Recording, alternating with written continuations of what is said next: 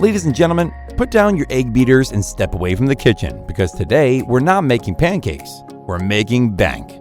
That's right, we're diving into the world of wholesale real estate and showing you how to turn a profit faster than you can say open sesame.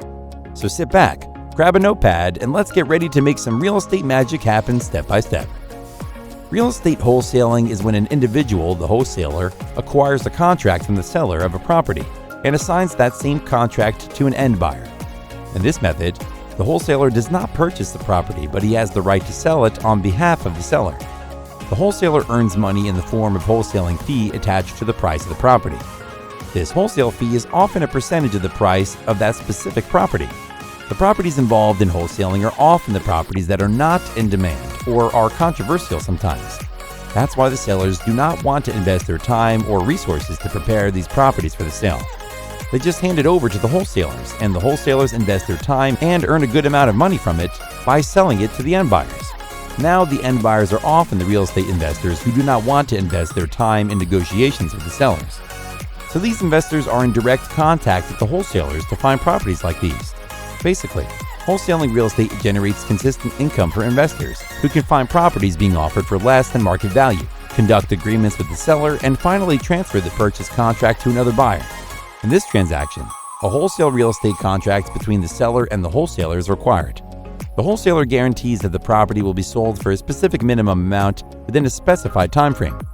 A typical contract might specify that a wholesaler commits to sell a property for $300,000 within 3 months. Following the completion of the transaction, the wholesaler seeks a buyer. The wholesaler's goal is to sell the property for more money than the agreement says. If a contract sets a property selling price at $300,000, the wholesaler should attempt to sell it for $325,000 instead. The difference between the contract price and the selling price is $25,000, which is earned by the wholesaler once the deal is closed. There are two methods through which the process of wholesale real estate is carried on. One of these two ways is to assign a contract. As the term suggests, assigning a contract means that the wholesaler sells the contract rather than the property. While they do not own the land, they have power over it through the contract. Following that, once the wholesaler assigns the contract for a subject property, an end buyer will take the buyer's position.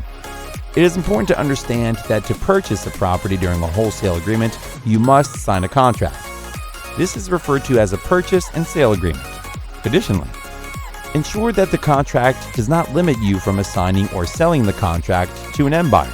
By default, all contracts can be sold to another party. The assignment of a contract does not suggest that you are selling the property or that your name will appear on the title. You are just assigning your rights to sell the home inside the contract and selling the rights to an end buyer for a profit. When the buyer is ready to purchase the property, make sure they deliver the deposit to the title agent or attorney, who will handle the closing. When the transaction is completed, you are paid a finder's fee for your services as the mediator. The second method is a double close method. In this case, when the seller refuses to accept an assignment of the contract clause or when it is prohibited by local restrictions, a wholesaler may choose to undertake a double escrow. A double closing, often known as a simultaneous close, is an equally profitable real estate wholesaling method. A double closing occurs when an investor purchases a property and then resells it at a later period. Depending on the circumstances, the subject property may be resold on the same day it was purchased or 60 days later. During a double close, your company enters the chain of title and is thus deemed the true owner of the property for a limited time. As a result, property ownership officially moves from the seller to you. Let's call it an A to B transaction. It is then up to you to locate a buyer who will pay more for the property than you paid for it, and we will call it a B to C transaction. While the completion of a double closing is similar to that of a normal deal, wholesalers should check with their lender to ensure that this type of transaction is allowed. That pretty much wraps up this video, guys. Make sure to subscribe to this channel with the bell notification if you enjoy watching our content. We upload some pretty awesome stuff here, which you will most certainly enjoy. Hit a like on this video and leave a comment below. See you guys in the next one.